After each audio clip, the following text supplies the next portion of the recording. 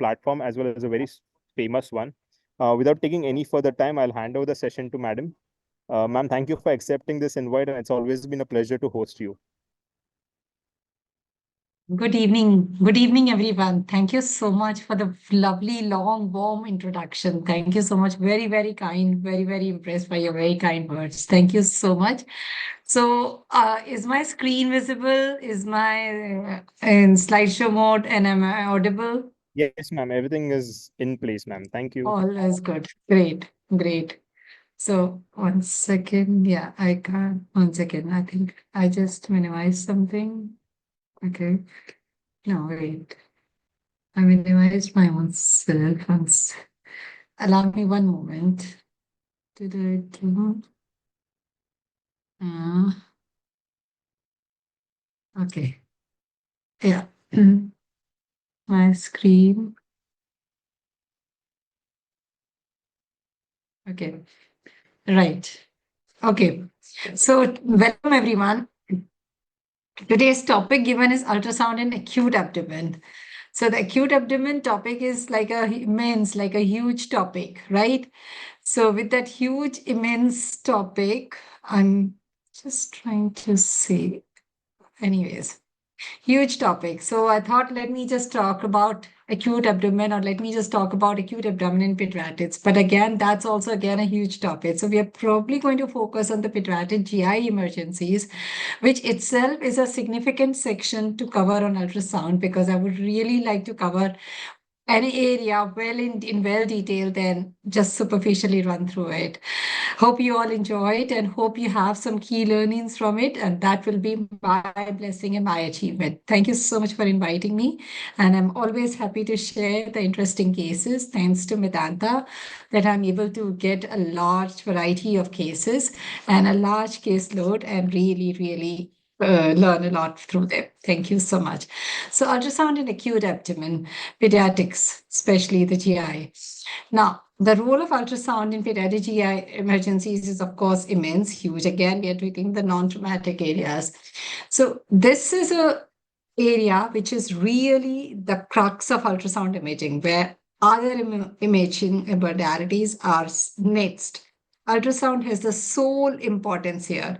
So it's really very important for us, all of us who are radiologists or whoever is holding the ultrasound probe, to be aware of this and to really do it well. So this is a dilemma we have to understand. There is a spectrum, there is a different age category, there is a different clinical scenario, and accordingly, if you actually do a little bit of a clinical understanding, your differential diagnosis really falls into nutshell and categories, and it really supports you to get a very nice outcome. Now, of course, why is the dilemma? We know pain is a common presentation, and this in this pediatric age group, you'll not be able to get a history. There may be atypical presentations, and there are numerous extra-abdominal causes as differential. So, however, this is very important for us as imaging modalities to understand that most cases, acute surgical abdomen, the conditions that require surgical intervention, we need to be able to segregate them, and ultrasound is a primary modality. So, of course, as we all know, we will discuss later, most common is, of course, appendicitis and intussusception and other clinical emergencies for the bowel in pediatric age group. We will be, however, open to all possibilities, as we have learned in adult age group, all possibilities, pancreatitis, gallbladder, ovaries, anything, ovarian torsion also in very young, like 9-year-old, I just saw ovarian torsion a few days ago. So be open to all possibilities of differential diagnosis. Now, what are the most frequent emergencies? Like I just was talking, appendicitis, intussusceptions, pyloric stenosis. Again, the age category of the child would also be acute to here. Volvulus due to malrotation, diverticulitis, obstruction, and other differentials. Now, it's easiest for you to understand what's the age of the child. That really categorizes it. your differential and approach in diagnosis, which is what I think was best. So up to 2 years, the differentials remain. The key areas which really require surgery often are interception, malrotation, pyloric stenosis, duodenal obstruction, incarcerated hernia, and of course the symptoms, which clinically it's good to be aware of the clinical scenario, as we all have read in our MBBS, but we tend to ignore the clinical side, but however, filling that clinical spectrum really broadens the understanding of ultrasound and accuracy of diagnosis. Red currant jelly stools, vomiting distension, pyloric stenosis is projectile vomiting, duodenal obstruction is bilious vomiting, incarcerated hernia, of course, swelling distension. And of course, most common is areas for which you often do get a call for an ultrasound and which do turn out to be normal or just hepatosplenomegaly or mesenteric lymph nodes, gastroenteritis, urinary tract infection, and viral illnesses. So we keep open to the differentials. Now, coming to the next. So between 2 to 5 years of age, you look at the type and the location of the pain. So most common surgical differential diagnosis is acute appendicitis, interception, malrotation, valvulus, extra-abdominal pathologies. Of course, medical etiologies that we still are running on the back of our mind, hepatitis, pyelonephritis, chronic constipation, mesenteric lymphanitis. Often you may have normal findings or subtle findings. Maybe hepatomegaly, a little bit of erased echogenicity, a little bit of a constipation or lymph nodes, right? Coming to the 5 to 12 years of age, again, appendicitis, interception are the commoner causes, and you can expect volvulus or obstruction as well. Then, so older than 12 years, we're almost getting into the adult age group. So acute appendicitis, renal, ureteric, urethral calculi, ovarian torsion, ectopic pregnancy, and epididymoarthritis, testicular torsion, and all those other possibilities. And of course, keeping your possibilities for acute abdomen as we evaluate in an adult patient, be open to all possibilities of differentials, cholecystitis, cholelithiasis, choledocholitis, choledochal cyst, pancreatitis, Meckel's diverticulitis, urachal abscess, vas abscess, tubular abscess, or ectopic pregnancy. Now, how understanding the differential by the age presentation, let's see now how are we going to scan the patient. Of course, the general rule of ultrasound imaging, the highest frequency transducer that gives you the best possible resolution, that's what we are going to adopt. So the various transducers that are used depending on the age and habitus of the child, then aim to use the highest frequency to get the required depth of penetration and visualization. So, 1 second. Okay, yeah, okay. Um,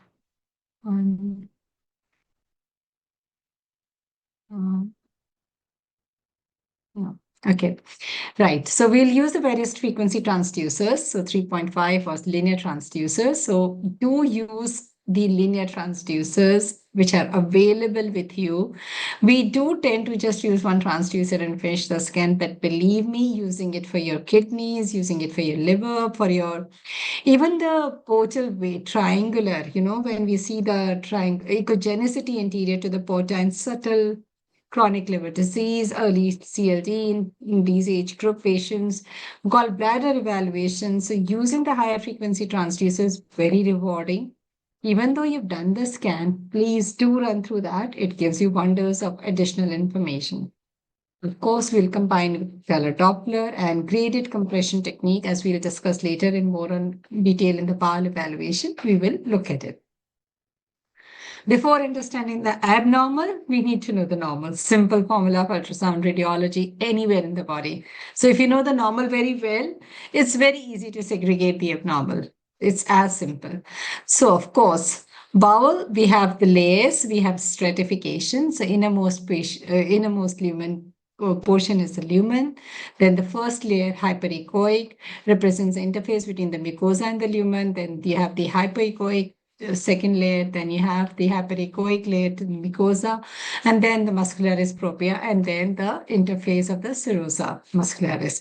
So knowing all these layers is very helpful in understanding and picking up abnormal. And in a transverse section, it appears again like a target or a kidney sign or a lymph node kind of an appearance, which is a succession of hyperechoic and hyperechoic layers. And as we can see. Now, coming to let's understand in detail acute appendicitis. So, commonest cause of an acute surgical abdomen in children. This is one area which is, even though it's challenging for most, even for the most expert, it's challenging at times, you know. So to be able to, what is the challenge? The challenges in the body habitus of the patient, the challenges in the location of the appendix, the challenges in the degree of inflammation of the appendix, the challenges in the equipment technique of your in your maneuverability, right? And of course, operator experience. So you have varied results and discrepant reports in this area. Let's evaluate. So this is the commonest cause of acute surgical abdomen in children, right? And obviously, classically, you have a right lower quadrant pain, tenderness, pain, vomiting, fever, and leukocytosis. Ultrasound plays an important role in the diagnosis, and we use a graded compression technique. And there's an inflamed appendix, and which is aperistaltic, non-compressible, thick wall, more than 6 mm diameter, hyperemic, tubular structure, appendicular. That's like a classic descriptors, right? Other findings, of course, periappendiceal fat stranding, local ileus and free fluid are also seen, right? So typical age is older children, young adults. And of course, it's challenging because of the various problems that I just already evaluated. Classic images that we see is these: inflamed, blind, tubular structure and non-compressible structure as seen in transverse section. Clinically, how does the patient present? Often you can have vague periumbilical pain or light lower quadrant pain, nausea, vomiting, rebound tenderness, shift in dullness, leukocytosis, right? Ultrasound is said to have a high sensitivity and specificity. And however, the current sensitivity specificity is higher basis on your experience. How do we do it? Graded compression techniques. So I prefer to scan the whole abdomen everywhere except for the target area, because obviously this is going to be pain is a painful indicator, right? And you're going to scan a child, right? So keep it to the last, but after you've evaluated everything, every other area in the abdomen. And gentle gradual pressure is used to compress the anterior abdominal wall, resulting in displacement and compression of the normal bowel loop. So you kind of try, and bowel is like a fluid filled, compressible, collapsible, right? So we try and use gentle pressure so that we actually kind of solidify or collapse the wall. So we have a nice window to see the area that we wish to see. This is basically what is called a graded compression technique. So adequate compression is achieved if the iliac and the psoas muscles are visualized, since the appendix will usually be sitting anterior to these structures. And obviously you look in both longitudinal and transverse imaging. So when you identify, and how do you anatomically bowel, we technically should be able to understand the whole anatomy and to be able to follow it from the pylorus down to duodenum to small bowel, large bowel, and through the rectosigmoid. So we're going to look at the identification of the ascending colon, which appears as a non-peristaltic structure. So if you look at the small bowel, you'll often see much activity happening, generally speaking, but in large bowel, there wouldn't be much. So of course, then you move to evaluate the appendix, like I already described. So we have a target sign in transverse image and a non-compressible tubular area. Okay, now at times you may be able to see appendicolith, which appears as an echogenic foci with a posterior acoustic shadowing. And there could be periapicical or periappendicular fluid, increased periappendicular echogenicity put on the fat. Now, this sign is often not really paid much attention to. So increased periappendicular echogenicity representing fat infiltration. But if you actually take time to evaluate this and often give you the cue as to what's happening. Our findings may be subtle, but do look for this. And of course, associated findings of mesenteric lymphadenopathy gives cue that we are looking at an inflammatory etiology in the area. Of course, just nutshell of the signs. So maximum outer diameter of 6 mm, tenderness, incompressibility, appendicolith. And when you apply the color Doppler, you can see hypervascularity. Of course, loss of stratification and normal appearance of the appendix wall is seen in gangrenous appendicitis. So, like you see this classically, you can see this. You can often see an echogenic foci at the tip, and then you see this is what I mean by the inflamed periappendicular fat tissue. So, this echogenicity that you see around, look for this. This is not bowel gas, this is echogenic fat around. So, this sign is also very important for you to document. Right. And then you can demonstrate sludge, you can demonstrate an appendicolith. And this often could be a case of an impending perforation or a perforation. So you look at the hyperechoic fat tissue, complex fluid collections can be seen, lymph nodes or reactive fluid can be there in the area. Commonest complications that we are treating is perforation, then abscess or lump, and obstruction. Now, what happens? How would you suspect an perforation, right? So the loss of the echogenic submucosal layer, because then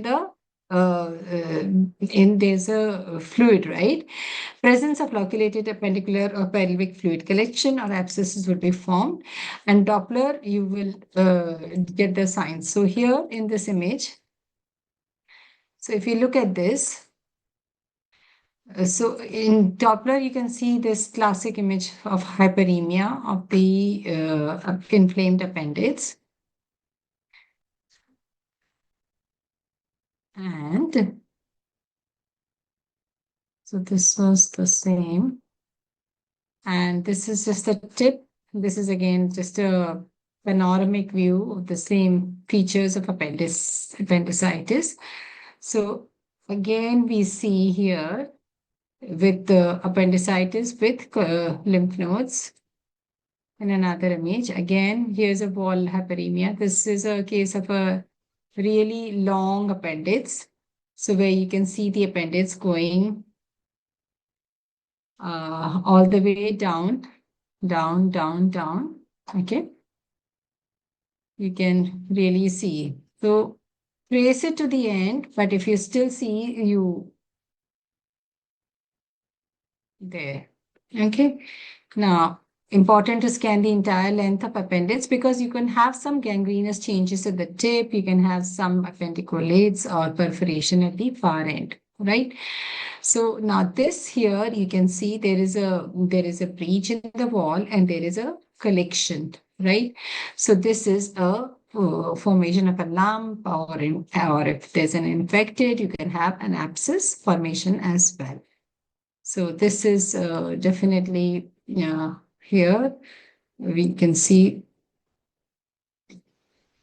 classically the appearance. And I'm really grateful to my colleagues for supporting me with all the wonderful images and the cases. Thank you. Thank you so much. So here we have the beautiful case. So again, another case of perforation, and we can see the wall here on the side, but the complete continuity of the wall is not here. There is a breach here and there's a collection that we can see. And there's a stone as well. Again, another case of collection where we can see the wall on three sides, but on this side, we do not see it. Again, a collection, right? So associated mesenteric lymph nodes, you can see, you can document them, the mount number, measure their short axis diameter, and look for the hilum. Other differentials that you could encounter, a Meckel's diverticulum, and so you look at that. Then, of course, the rule of 2 for Meckel's diverticulitis occurs in 2% population, 2 inches in length, located within 2 feet of ileocecal wall, usually presents before 2 years of age. So you're basically looking at the inflammation, and that's what you document. You can have other situations of infectious ileocegitis, and these basically present as acute abdomen, and you have to use it as differentials. This is another detailed course on complete abdominal ultrasound. If you're interested, you could register. Thank you so much. So, coming to the next topic in this age group is interceptions. So, now, uh, one of the most common causes of the acute abdomen in infancy, range of 6 months to 2 years, is ileoileal is interception. So what happens in interception is basically a bowel is gone. Inside the bowel, a portion of the digestive tract becomes telescoped into the adjacent bowel segment.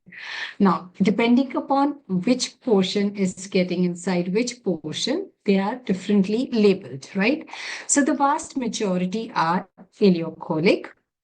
The classical clinical triad is current jelly stools, hematochezia, or fresh blood anal, and a palpable mass that often displaces the adjacent bowel loops that you can palpate on the abdomen. Ultrasound has got a very high sensitivity and a specificity for this, and it's also curative, which we will see. Right.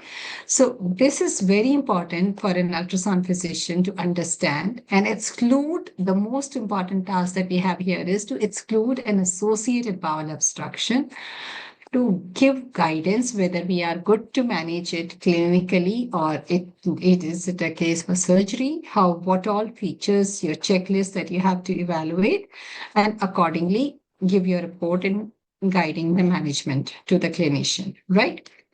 So interception is a interceptions is a complex structure.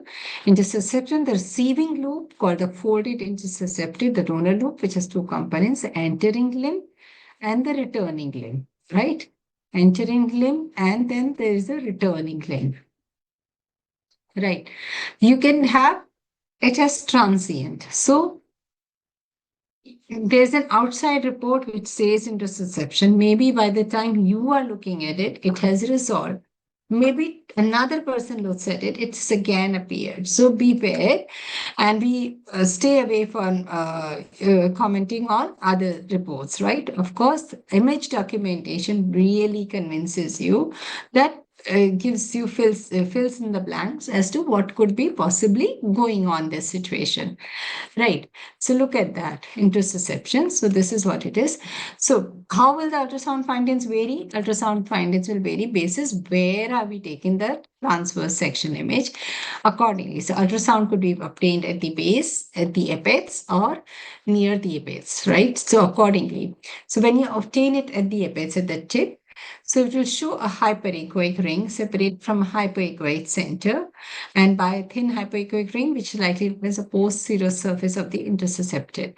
So at the apex will show multiple concentric rings. Near the apex will show multiple rings, right? And then when you come near the base, you will see interception of eccentrically surrounded by hyperechoic mesentery that shows a crescentic donut sign, right?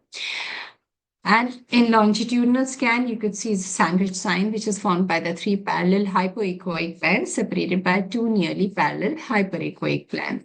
So that's kind of an appearance of the sandwich sign is another thing. Okay. All right. So we have this is the small intestine and large intestine. So we do the transverse section and then small intestine and large intestine, right? With these images. Sandwich sign. So longitudinal scan is we see it on the longitudinal scan. It's formed by the parallel hypoechoic bands separated by two nearly parallel hypoechoic bands. The outer hypoechoic band represents edematous everted limb of the intercepted and the thin interceptions, and the central hypoechoic band is the central limb of the intercepted. The hyperechoic bands are caused by the mesentery that it dragged along with the bowel loop. Okay, so here, like this is just a case where you can see there's an interception, there's a target sign, and then you have associated lymph nodes. And on Doppler, you can see the vessels there, and And you can see in longitudinal scan at the typical sandwich or the pseudokidney sign. So this is the summary of the intussusception. So age 9 months to 24 months. Most common is colic, classic triad is intermittent colicky pain, vomiting, and current jelly stools. Now, since as I already discussed about the sensitivities, so you can find, so when you do your scan, so you can have location, ileocolic, you'll usually see it in right iliac fossa, and you can have the most important area question that your clinician will ask you is there a bowel obstruction? Is there not a bowel obstruction? So obviously you will need time, patience to evaluate how is the movement happening. Is it coming back or is it just getting stuck? Is there any movement happening, peristalsis happening, or is there no peristalsis happening? So again, this is the transverse image, classic image, and this is the sandwich sign that we can see in the longitudinal image, and there is no much movement happening. Looks like it's all stuck, and so probably a case of associated obstruction. So when you don't see much movement happening around in the bowel, right? So again, ileal bowel obstruction, you have a transverse image, the target sign, and then you see the proximal segment is getting consistently dilated with a lot of fluid, and there's not much going past it. So it's really suggesting that there is an obstruction happening. All right. So with the bowel obstruction, you will not have so much dilatation of the proximal bowel segment, right? Okay. Now, so of course, you can see situations where it's just very nicely, spontaneously resolving, which is a good thing. And the lead point importance is very important for us to identify. The lead point can usually be pathology in the bowel wall, prominent lymphoid tissue, or a lymph node, which often becomes the lead point. So inflammation is the start of the events, and of course, chronic constipation coupled with inflammation is the setting for a intussusception to develop. Right. So we have to evaluate what could be the lead point. So here there was a big polypoidal vascular mass, which was a lead point. So that's the clip for the same case.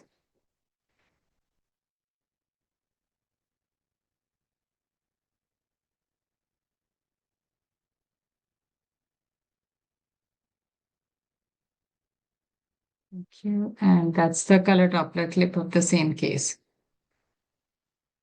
Okay, right.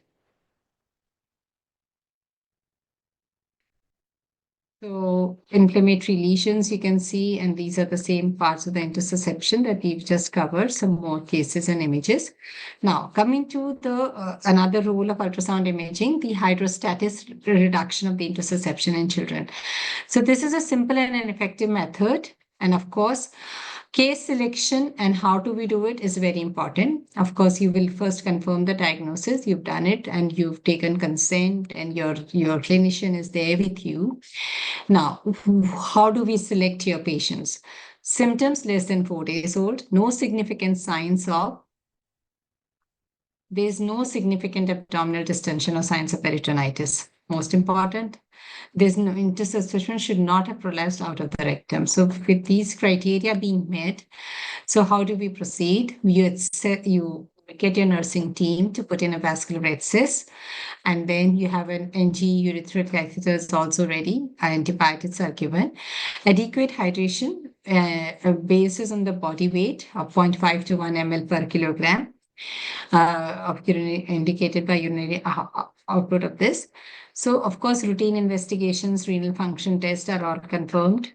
And then as a backup measure, you have a consent ready for surgery in case your procedure doesn't complete, right? So sedated child, and you put an enema bag with a rectal tube, and then you put it at a height of 100 centimeters above the couch, and this may be increased gradually to 130 centimeters. And of course, then you would use your ultrasound machine as a guide to guide the reduction until the mass goes beyond the ileocecal wall, right? So it is maximum of 3 attempts are made with each episode lasting for 3 minutes. So this is just a pictorial representation of this whole technique and the procedure. So how do you conclude that you have been successfully reduced? Of course, on ultrasound imaging, what you saw earlier, you're not seeing the intersusceptum now. And you can see the reflux of fluid and air bubbles through the cecum and the ascending colon into the ileum through the ileocecal valve. And of course, there's fluid descended in the ileum. And of course, post evacuation ultrasound is appearing normal. Advantages, of course, you've saved on all the surgery and all the other procedures. So that is the best way going forward, right? Coming to the next.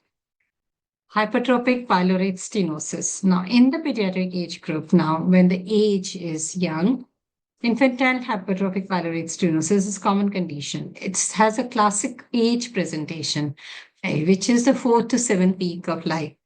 And mean age is 7th week of life. Male to female ratio is 4:1. Typically, our children, babies are normal at birth, and during the first few beats of postnatal life, they develop forceful projectile non-bilious vomiting. Palpation of the thickened pylorus, you can feel the olive-shaped lump, right? So this is classic. So the age really helps you what you're looking at and the clinical distribution. Now, ultrasound can really pick up the thickness of the pylorus. It can measure everything. All the information can be given by ultrasound very well. It has to be very proper systematic examination, of course. Examines supine position, transverse and long scan-ins, and small amount of sugar and water may be given to the pyloric canal and to observe the passage of gastric contents through the pyloric canal into the duodenum, right? So, how do you see it? What are the ultrasound findings? You see the bullseye sign, and you see the you measure the thickness and you measure the length of the pylorus. We'll just look at it from an image. So in the cross section, you'll see the donut sign, which is consistent of prominent, thickened, anechoic rim of the thickened muscles and an echogenic center of the mucosa and the submucosa. And here, when the transverse diameter is measured, the thickness of the circular muscle is more than 4 to 10 millimeters, right? And in the longitudinal image, we were going to try and measure the length. So overall length of the pyloric canal, more than 1.3 centimeters, mean 1.5 centimeters. So we are going to measure the length and the thickness of the pyloric canal. So here we are seeing the length and we are seeing the peristalsis. We are trying to see the length of the pyloric canal, and you see this is a high resolution transducer. So here we can see the hypertrophic pylorus is thicker and longer and does not permit the passage of gastric contents into the duodenum. So in lateral deprecatus, we can also see the nipple sign, right? The same thickened hypertrophic muscle and a little thinned out outflow, double track sign. Now, when do we see it? Like we said, 7th week. And so pylorus length when you see more than 15 mm and muscle wall thickness when you see more than 3 mm. That's when, of course, clinically you would correlate with the symptomatology. That's what it is. So here we have the length of the pylorus, which is 2.54 centimeters. We have a thickness of the muscle, which is 6 millimeters, right? So which is more than 3, which is more than 1.5 median, 1.3 or 1.5 is upper, centimeters is upper. So this is 2.54. And again, we have increased length and increased width. Minimal pyloric muscular hypertrophy in borderline cases, you can have thickness between 2 to 3 millimeters. And often may eventually progress to normal or classic pyloride stenosis. We just do an observation and a follow-up in these cases. So when you have this is 1.42, and this is like on the upper side of normal, about 3 millimeters or so, right? So, and you can have open pylorus, you can have closed pylorus, small muscle length with opening of pylorus with muscle thickening of 2 millimeters. Pylorus pars, so this is something you have to exclude before you actually label a diagnosis of pyloric stenosis, which means that you actually wait, like you wait for a uterine contraction to go away. You just wait for a spasm to go away. And of course, which is often transient, or even if it's structural, we just have to allow it to settle down or review the child again, maybe in a 1 or 2 hours, or again to ascertain that you are not overdiagnosing it, right? So again, pylorus spasm, you can just see the thickness and you can just measure and then rule it out. Okay, thank you. So coming to the other areas where you can find bowel obstruction, duodenal atresia, stenosis, and VABs and all. So again, findings are basically in any area of bowel, wherever you are expecting a bowel, whenever you do not see there's a free flow happening, there's one area of bowel that is disproportionately distended as relative to another area. And a lot of fluid and movement is happening. That's when you begin to suspect. And obviously, further imaging, cross-sectional imaging would be required for confirmation of these subtle abnormalities, duodenal webs and other abnormalities, right? So, but you do suspect them. Of course, these are proven cases, but then further, but when you see there's a lot of hyperperistalsis happening, there's a point at which beyond which there's not much movement happening. So that's when you really pause and you really figure out as to what you're possibly looking at. And of course, you can have other abnormalities such as midgut volvulus, intestinal malrotation due to midgut volvulus. Of course, the SMA SMV relationship is altered, and whirlpool signs classically CT angio will give you further diagnosis, but well done ultrasound can also give you a cue to the imaging diagnosis. So let's have a look at this case where we have a midgut volvulus, 6 days female child, and look at the twist and look at the whirlpool sign. So thank you.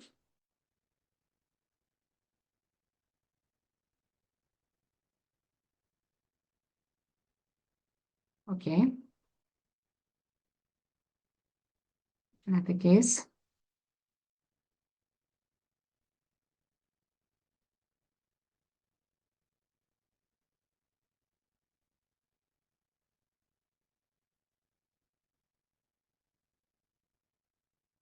You observe the relationship of the vessels, and then so whenever you see the hyperperistalsis is happening in one area and there's a proximally distended bowel segment and not much movement is happening beyond that, then if you really get into the anatomically orientation, you will reach the diagnosis. Similarly, for a small bowel obstruction,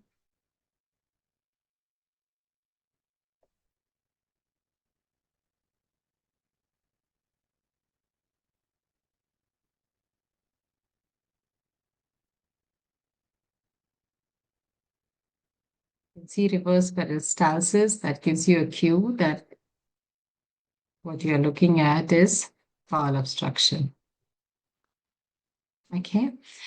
Rarely you can find those classic book picture images of ascariasis, round worms inside the bowel as classic shadows, and that you can see. And of course, excluding of the hernia in the inguinal canal, that is a very another thing. You can sometimes see the ovary and even other abdominal contents herniating. So that is something you have to evaluate and exclude. And into the inguinal region. Other differentials, like what we keep on looking at in abdominal ultrasound. Now I'm coming to the other bigger spectrum. Of course, A, calculus cholecystitis. Sludge is commonly seen. I tend not to quote as gallbladder stones. I tend to quote as hyperequipary sludge because sometimes in pediatric age group, things just settle down after some time. You just find they're cleared. But of course, you have classic shapes and dense shadowing. You would label them as calculi. And you can really see them trekking down into the duct as well. So you have to look at that as well, always. And of course, choledochal cysts are common in this pediatric age group. So you have to understand the full anatomy of the biliary tree, high resolution ultrasound to evaluate and in the fasting status, and look at the types of choledochal cysts that you can see, and duct calculi that you can see, choledochal cyst with choledochal lithiasis. You can see coming to acute pancreatitis, which is again seen, and of course you can see bulky and non-homogeneous or hypoechoic ecotexture of the pancreas that you kind of very easy to see because children usually easy to see thin abdominal wall, very easy to demonstrate. Rarely in this age group, you can also see pancreatic calculi in the duct or in the head, chronic pancreatitis in long-standing cases. Acute pancreatitis, equally, you can see pancreatic pseudocysts in the area, which you measure, document, and often you'll be having the patient again for follow-up. Renal colic, I mean, kidney, pediatric KUB protocol is another full big chapter in itself. And really, you can have stones, which can be seen at various locations, hydronephrosis in the ureters, going up and down. As we see, it's a good idea to look at the distal UV junction very clearly. They may be just echogenic dots. They may be not having dense shadowing. So a lot of patience is often required to really look at it in detail. And now you can have a bladder neck or prostatic calculi as well. You can have a really stones in the penile urethra that you can localize as well.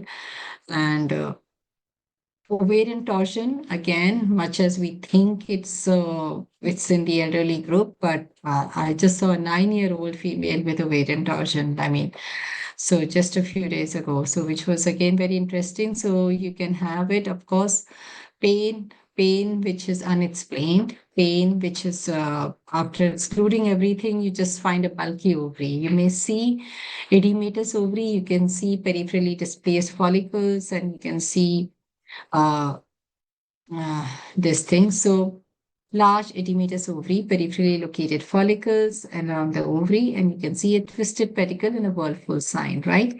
So in the presence of a twisted ovarian pedicle, so if both venous and arterial flow are present, ovary is salvageable. But if you see the venous flow is absent, arterial flow is present, ovary must still be salvageable if both are absent. Then, depending upon how many hours has been since the vascular episode, surgery is, of course, the management of choice. Now, this is what you see. This is classic. And of course, in a pediatric age group, it's very easy. Ovaries very superficial. It's a very easy diagnosis. We just have to be open to the possibilities of the various differential diagnoses, right? And often it can be seen herniated into the inguinal canal. That's another area where you have to be very carefully checking. And you can see the twisted pedicular sign, which may be demonstrated, which may not be demonstrated, but the ovarian appearances are classic, and that is the cue to the diagnosis. Thank you. So, and then this is a of course, you will do the Doppler evaluation, see the young female, and if you see large ovary with few peripherally placed follicles, classic picture of a ovarian torsion, right? So we can have altered ecotexture when there has been an infarct which has been there for some time. So you can see the shape of the ovary a little bit altered and contracted, right? And in acute stage, it will be swollen edematous, and later you can have that, right? So, and you, of course, color Doppler, when you can't demonstrate the flow, that will give you the cue to the diagnosis. Okay. Now, other cases, rarer abnormalities that you can often come across is Depending upon the age, urachal cyst with abscess formation, you can just see symptomatic and case-to-case basis. You can have lung consolidation presenting as abdominal emergencies, where you can see consolidation. You can see testicular abnormalities, inflammation, also presenting as abdominal emergencies, right? So acute epididymoarthritis, testicular torsion, right? There could be a history of trauma, abuse, those things that you have to also remember as possibilities. And classic Whirlpool sign can easily be demonstrated, or it may not be there, but color Doppler and features and clinical symptomatology is the cue. You can see testicular torsion, millimeter scored with. So to conclude, approach and differential diagnosis in pediatric acute abdomen depends upon the age of the patient and the associated symptoms. Ultrasound is portable, easily available, non-ionizing, real-time, and plays an important role in diagnosing these patients. And I really thank you all for your very patient listening, and thank you so much. And thank you thank you to the team for inviting me. And if you have any questions, I'm happy to take them now. Thank you.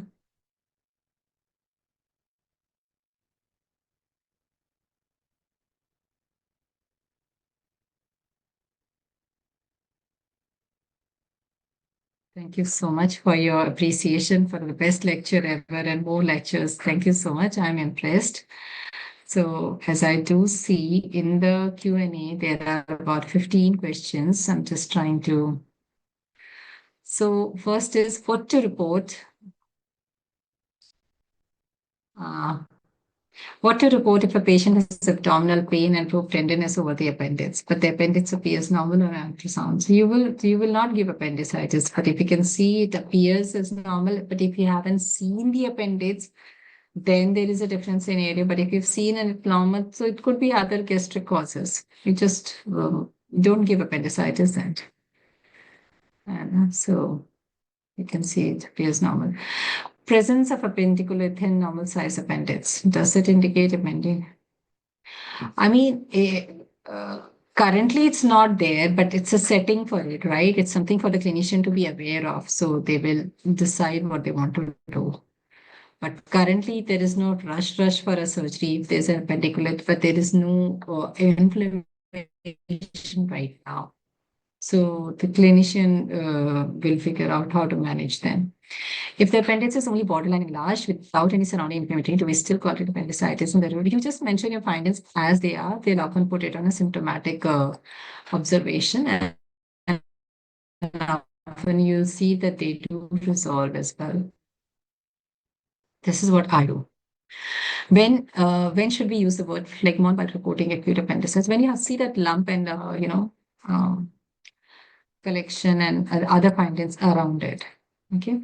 How to differentiate periileal and post-ileal position of appendix? I mean, it's again, this is more of a CT question that you're asking, but you can still try and see whether it's before or after. But to be 100% certain, it would be a CT. When should we report an inflamed appendix as subacute appendicitis? We use this term quite vaguely by practicing real. Is there any specific parameters to call it? I don't use the word subacute. I don't use the word subacute. So thank you. What is the significance of air in the appendix? Maybe you're looking at perforation or it's just collapsed fluid. Thank you. When to call impending perforation versus sealed off perforation? Impending perforation, you still see the serosa intact on all the side, right? But you see it's a thinning. You may not see vascularity on a particular area.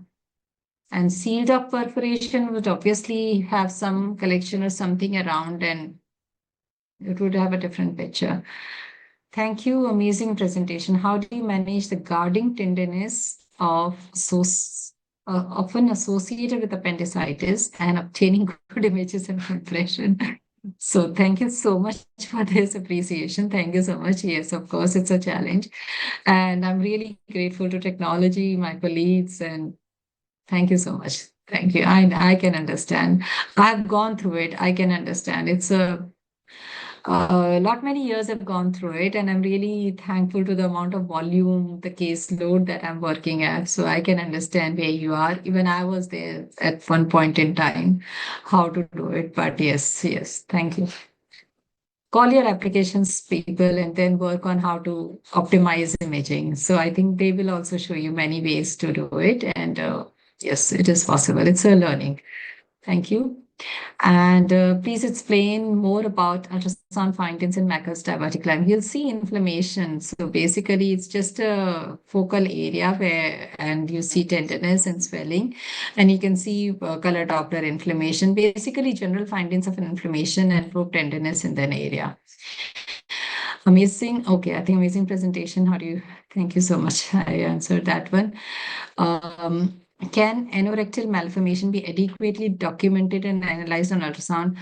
I would really leave that to MR, to be honest. But however, uh, like, I mean, you can see some thickening of the wall in some focal areas, provided there is no, it's well prepared or empty. But this is really a domain of an MRI, to be honest. I haven't really commented much on this area on ultrasound. Kindly share tricks to locate ureteric calculus, especially in mid-ureter. I mean, it's the same, well prepared. You have to do the gradual compression technique to try and move the bowel. And obviously, you will not stay with the patient in one position. You will move the patient around in different positions. So you try and get a window, whichever way, if you can angle, so you can actually see with, uh, you know, getting the bowels out of your field of view. So you want to have a field of view where you have the transducer and you have the ureter. So ureter is surrounded by the bowel, right? So we're going to try and window, if it's this side is bowel, then you try and penetrate whichever way you can. And in a lean thin patient, it's often easier. And of course, yes, if the patient's obesity or body habitus, it will be challenging. Advice and NCC take it KUB, you do not have much other option then. How to differentiate torsion detorsion sequence from acute epididymitis? Again, a clinical history is the first thing that you would look at. And of course, in acute epididymitis, the findings are inflammation, swelling, altered vascularity, and the altered ecotexture. Torsion detorsion sequence, if you have a documentation of the peak systolic velocities and the perfusion of the testes, that's helpful. The ecotexture, it may appear completely normal, so this is a challenging area, but you can also do the peak systolic velocities in the spermatic cord, and that can also give a cue. In acute epididymitis, they wouldn't be altered, but you can expect them to be altered in torsion detorsion sequence. Kindly show the slides containing the criteria for this. Maybe you'll have to go through the recording for that. Thank you. Please explain. Posterior to rectus collection slide. That's posterior to rectus collection slide. I think you'll have to see the recording. That was for the appendix collection. Cutoff or mesenteric lymph node.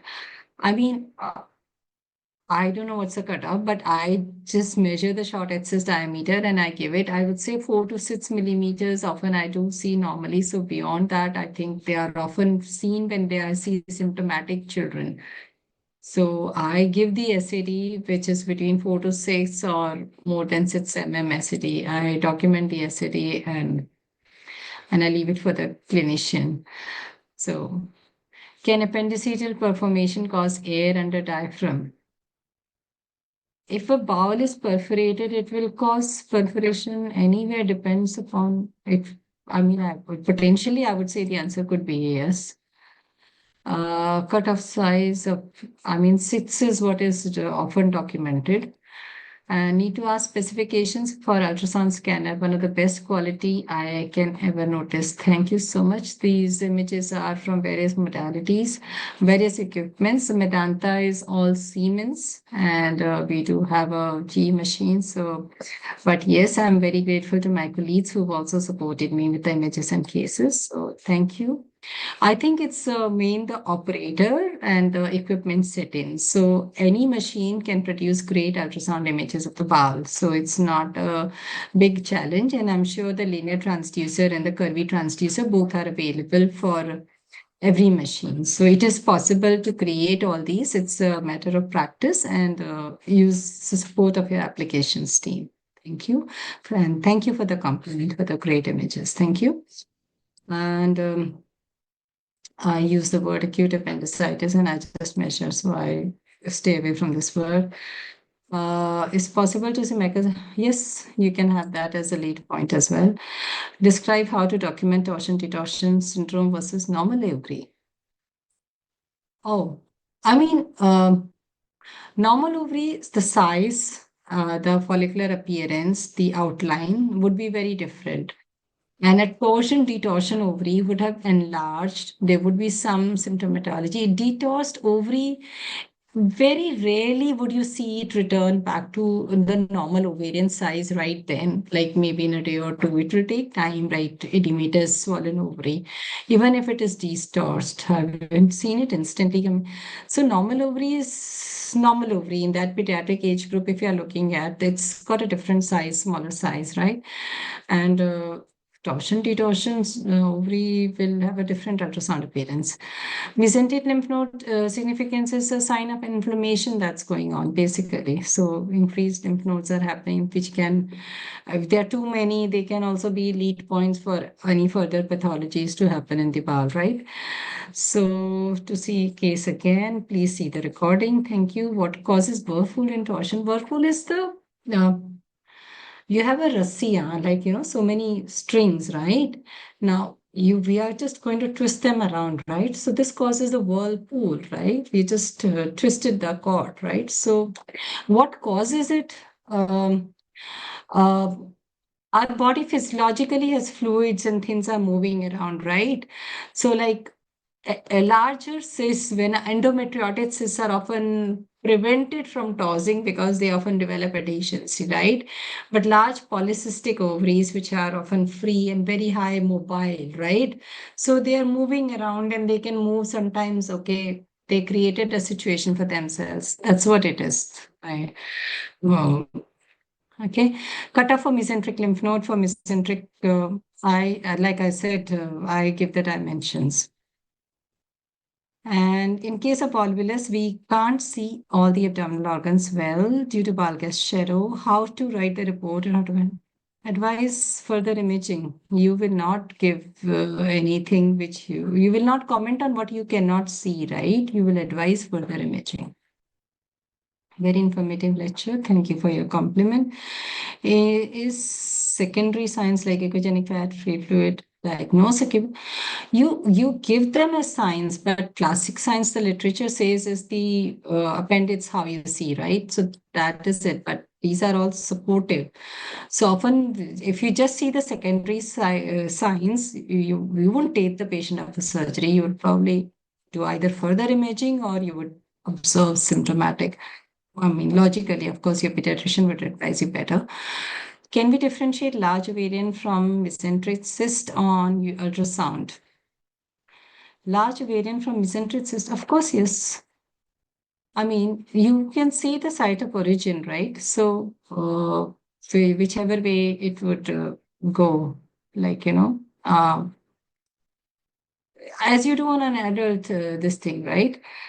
Intestinal diameters, ma'am, when to use chronic appendicitis, I think. Okay.